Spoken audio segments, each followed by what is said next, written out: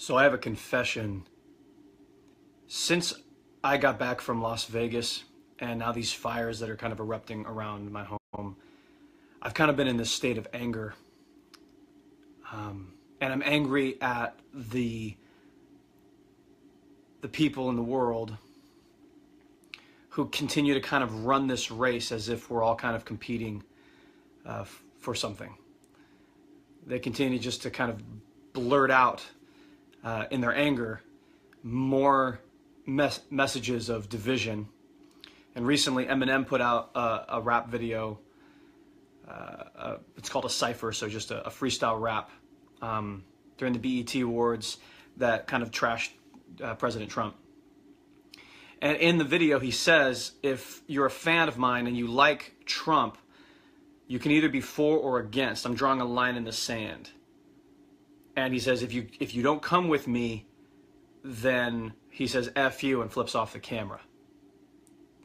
So you tell me. So I'm angry, but I still love this world. Only because I know it's not supposed to be this way. Where did I get that idea from? I think everyone is angry because they're crying out loud, it's not supposed to be this way. So what are they doing? They're looking for someone to blame.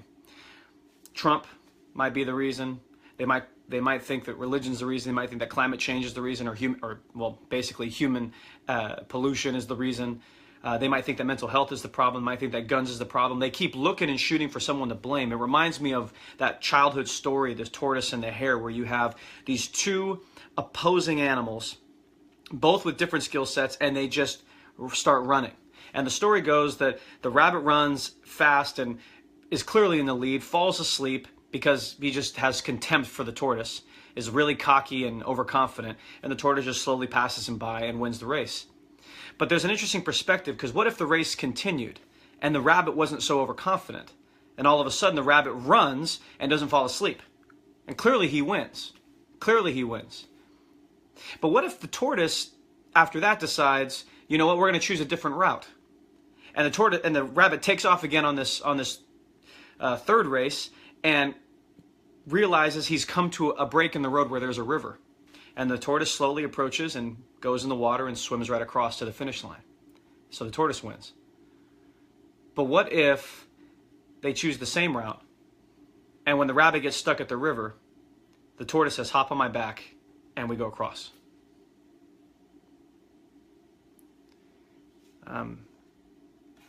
There is a potent force in the human experience. And I think our divisiveness in our faith, I don't care if you're an atheist or if you're a Christian or if you're a Muslim, you have faith in something. But our division in faith is what's causing all these problems. Our division on these issues, it prevents us from tackling the real issues, because we think there are sides to choose. We think there's lines in the sand that we must draw. You are either for us or against us. And that entire time, someone's going to lose. But I think about, what if we had a shared faith? A shared faith. There's a book by William J. Bennett called The Book of Virtues. Now, you might not be a fan of Christianity, but you might be a fan of virtues, especially if you're a secular person who likes the idea of Stoicism. But in this book, the final virtue, out of all the virtues he mentions, is faith. The final virtue. And he says this about faith: it is a potent force in the human experience. A shared faith binds people together in ways that cannot be duplicated by other means. So what if the tortoise, is the atheist, or the rabbit is the atheist and the tortoise is the Christian? Right? They continue to fight these races. Hey, I'll challenge you again. I'll challenge you again. I'll challenge you again. And all it's doing is ending up with more and more hatred, more and more division, more and more crime, more and more just breakdown. And there's a paper called The Federalist 10, and James Madison, one of our founding fathers, he says this. He says, so strong is this propensity of mankind to fall into mutual animosities that where no substantial occasion presents itself, no reason at all, the most frivolous and fanciful distinctions have been sufficient to to kindle their unfriendly passions and excite their most violent conflicts. So he says, without reason or warning, over things that don't really matter, people have this almost overwhelming desire to cause conflict and pain and struggle to the other side, because we continue to keep drawing lines in the sand. Here's the thing. I'm angry because people don't understand that the truth is all the sides. People don't understand that there is no true, maybe false. It is true or false. It is true or false. And everybody loves to say, well, it's a spectrum. That is not true. Truth has a distinctive and solid place to be called truth. And what if all of us running this race are actually just ignoring that we have a shared faith that could bring real healing and solutions to the world? I'm angry because the truth is staring us in the face in the form of the Christian worldview. Radical Christianity,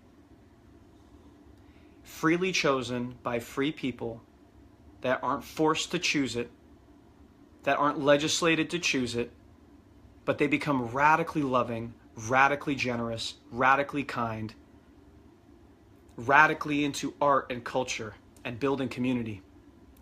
Radical in that idea. Because we have an example to follow. If you compare yourself to anybody, try to compare yourself to Jesus and see if you come up short. You always will. Everybody will. That's the whole point, was we come up short of what he's done. That's why he came, to show us what a perfect human is, so we could follow him. Because he knows we're going to fall. He knows we're going to mess up. He knows we're distracted. But he still comes and he says, I know about all the failures. I know about all the struggles. Just look at me and keep walking. Keep going one step at a time.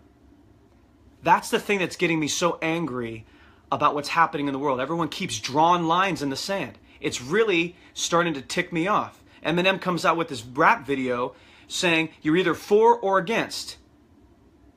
And this whole line in the sand that people are trying to put out there, all it's doing is creating more of the same problems. That's all it's doing. You're saying what you're feeling, which I really applaud you for, and you're saying it without getting violent, right? You're expressing yourself through your art form, but you're not doing really anything. You're actually creating more problems. You're a part of the problem now. You're not even suggesting solutions. What I'm telling you right now is that the solution to this entire problem is staring us in the face in the form of a shared faith. Instead of us being the tortoise and the hare, like I was telling you earlier, where the rabbit's just running forward and I don't care about the tortoise, and the tortoise is like, well, I'm just going to go slow and steady, I don't care about the hare, until they come to that last and final leg of the race where they're both at a river, the rabbit can't cross, the tortoise can, and the tortoise says, get on my back and let's go to the finish together. Until someone does that, no one is going to make it out of this alive. No one's going to succeed here. Until we can look at the person that's diametrically opposed to us and help them across the river, or help them when they need us most, even though they're completely on the opposite side of the line, then how in the heck are we going to heal anything? There's just going to be walls and borders and lines drawn, and it's either us versus you.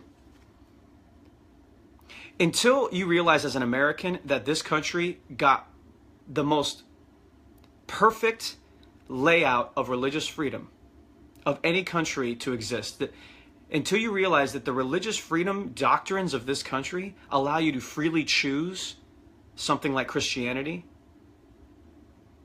and the power and the intelligence of the founding fathers to realize that, that's what's brought the most healing. It's what ended it's what brought about the suffrage movement for women's rights and gave them the vote and gave them the right to have a voice in our society. It's what brought about the civil rights movement. It's what brought about the 13th Amendment and ending slavery.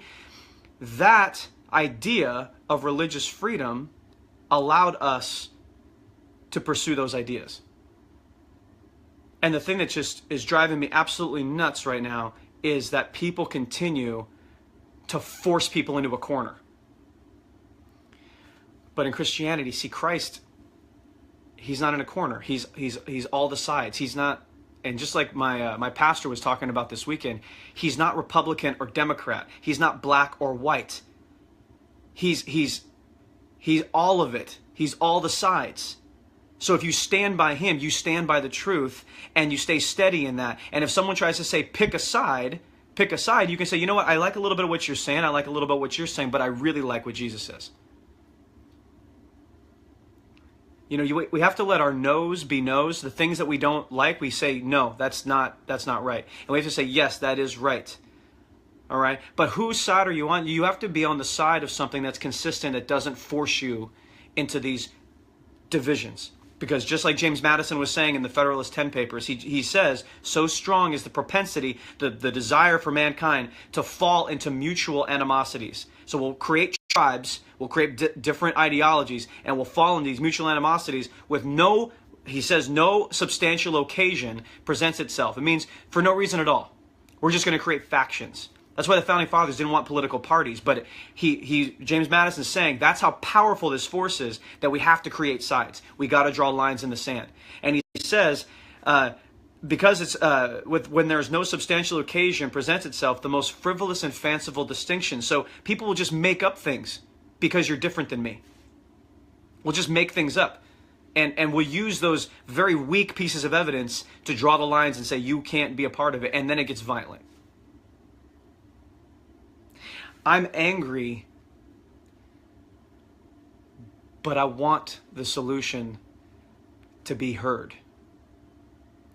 And I think until we all seriously start considering where our worldview comes from and what it's really asking of us, I think we're intellectually inept. I think if you're an atheist and you don't realize that the core purpose of being a materialist or a naturalist or a Darwinian evolutionary thinker, the core purpose of your worldview is to propagate your DNA, and everyone else can just kind of go to the wayside. You must propagate your DNA. Okay? The sole purpose of Eastern thought and Buddhism and Hinduism is to get off the karmic cycle. And you don't exist. This whole thing is an illusion. All right? So you have to continue to make yourself less and less and less here. So extinguishing a lot of desires, and that's really more of a Buddhist thought, so you can get off the karmic cycle, right? So you don't really feel anything anymore. To be mindless, not mindful, mindless. And then when you look at Islam and the Abrahamic faiths, you have to start really going to really tough questions, because the doctrines themselves are teaching that there is a vertical love and a horizontal love.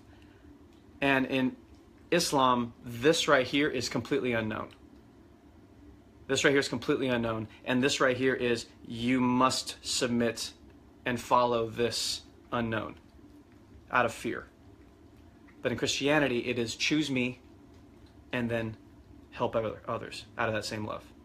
Choose me and help others out of the same love. So you need to examine these worldviews, because that's what's happening here. No one's examining the worldview. They're just reacting to what's happening. And so that's why I'm angry, because there are answers for you. So if you're going to draw a line in the sand, just realize that very line you're drawing is creating just one more border for us to break down again. Stop drawing lines in the sand. We got to stop drawing lines in the sand, and we have to finally start actually examining what the heck we believe. Because Eminem, he's speaking what is in his heart and what is on his mind, right? But he's causing more problems. If you guys want to check out this book, William J. Bennett, it's called The Book of Virtues. Check it out. And the very last virtue in there is faith. And he talks about this from a secular point of view. He doesn't talk about it from a Christian point of view. So just look at what he has to say about this and what happens if we actually had a shared faith. My dogs are barking. I gotta go. See you guys.